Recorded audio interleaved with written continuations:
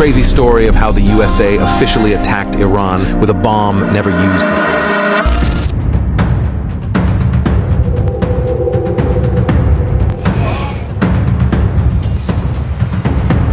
This was a highly classified mission with very few people in Washington knowing the timing or nature of this plan. It's June 21st of 2025 when Trump gives the green light to attack Iran. The B-2 bomber takes off from the White Man Air Force Base in Missouri and begins its insane 37-hour journey across the globe. This isn't just a normal plane, it's a flying beast. Inside, the crew can sleep, go to the bathroom, even switch shifts. They have to, because this mission, it's non-stop. No landing, no break. The bomber flies across the Atlantic Ocean, gets refueled mid-air over Europe, passes over Turkey, and heads straight into the Iranian airspace, all in complete silence. The target, Fordo, Iran's underground nuclear site, buried deep inside a mountain. Inside the plane is a bomb so powerful only the US owns it.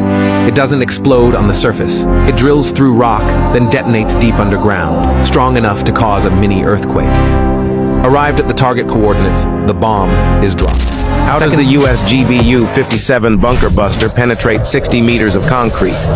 It may look like an ordinary bomb, but this 13.6-ton giant is built to destroy underground fortresses. Imagine a B-2 stealth bomber dropping this steel monster from 30,000 meters. It falls so fast that when it hits the ground, it slices through concrete like cutting through tofu. Its warhead isn't ordinary metal, it's forged steel alloy that resists heat and pressure, ensures it keeps its solid steel form at the moment of impact.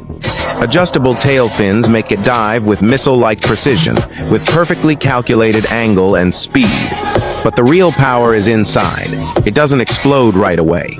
Instead, a special fuse helps it dig deep into the ground before going off. Some versions even explode in stages. First, it drills a hole, then pushes the main warhead in deeper, and finally causes a huge explosion underground. Seconds later, boom, the mountain shakes. And just like that, the bomber turns around and flies the same way back. The mission was completed, but it's definitely not the end. Well, maybe for the world. This was a highly classified mission with very few people in Washington knowing the timing or nature of this plan. I'll refer you to the graphic on the side as I walk you through some of the operational details. At midnight Friday into Saturday morning, a large B-2 strike package comprised of bombers launched from the continental United States.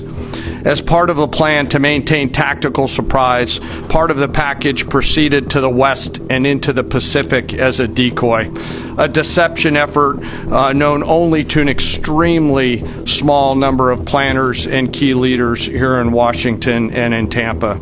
The main strike package, comprised of 7 B-2 Spirit bombers, each with 2 crew members, proceeded quietly to the east with minimal communications.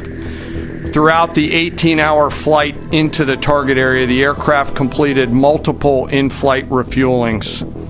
Once over land, the B-2s linked up with escort and support aircraft in a complex, tightly timed maneuver requiring exact synchronization across multiple platforms in a narrow piece of airspace, all done with minimal communications.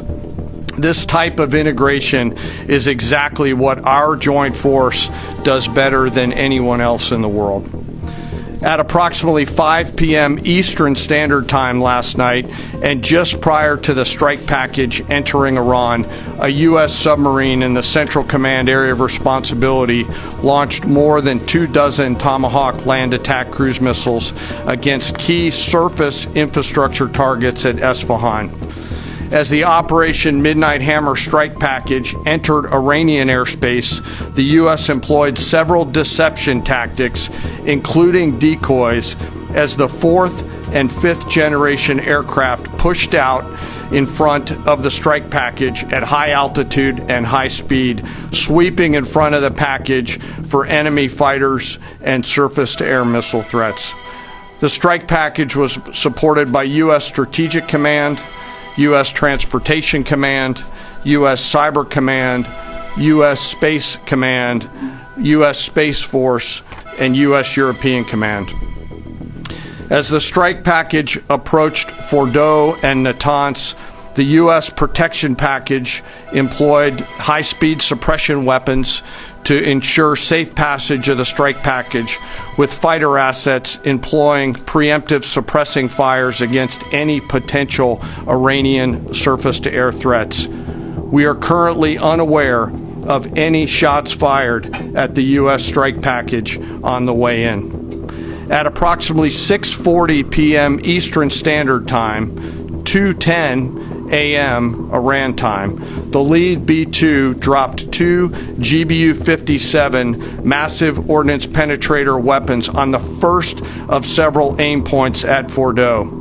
As the president stated last night, the remaining bombers then hit their targets as well, with a total of 14 MOPs dropped against two nuclear target areas.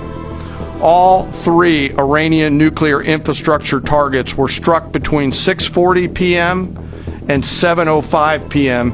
Eastern Time. Again, that's about 2:10 in the morning local time in Iran, with the Tomahawk missiles being the last to strike at Esfahan to ensure we retain the element of surprise throughout the operation.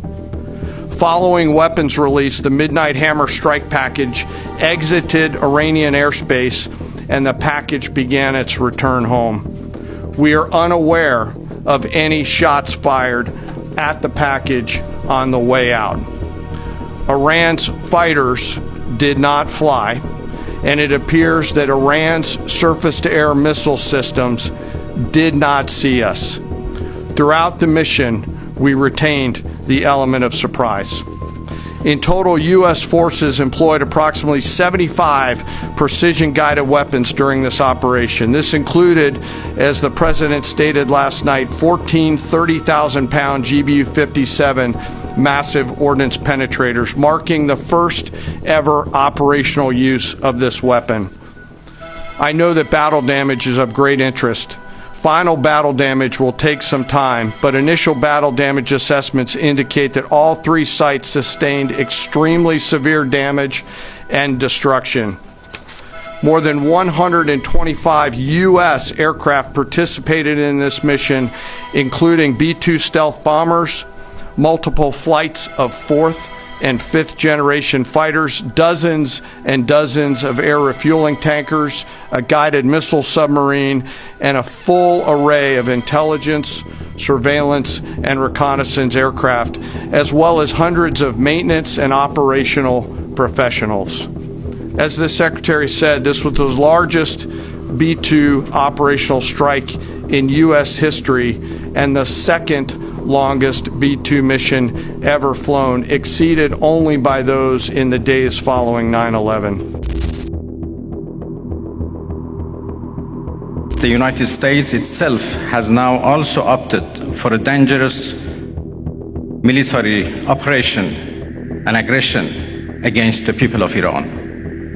In doing so, the U.S. administration holds sole and full responsibility for the consequences of its actions, including the Islamic Republic of Iran's right to self-defense under the principles of the United Charter. In accordance with the UN Charter and its provisions allowing a legitimate response in self-defense, Iran reserves all options to defend its security interests and people. Well, it was a very strong reaction. It was very deliberate. It was couched in all sorts of international language regarding the, as he said, violating the UN Charter, hitting a sovereign and independent nation for no reason, especially, he said, when they thought they were in the midst, in his words, of an idea, i.e. negotiations that existed for a peaceful settlement of this question.